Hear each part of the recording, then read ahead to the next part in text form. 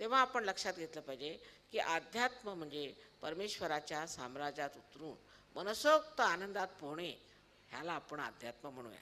जे आनंदाच्या सागरी, आनंदाच्या डोही जे म्हटलेलं आहे, तो खरा अध्यात्म आहे.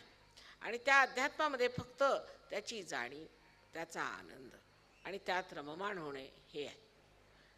त्याच्यावर विचार करू शकत नाही, त्या अनुभवाचा विचार करता येत नाही.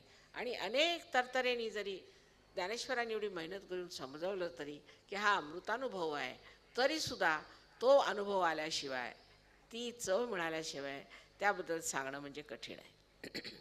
नंतर परमेश्वराने आपल्यामध्ये ही व्यवस्था उत्तम केलेली आहे आणि ही आपल्यात आहे, हे आपल्याला अनेक वर्षापासून माहिती आहे.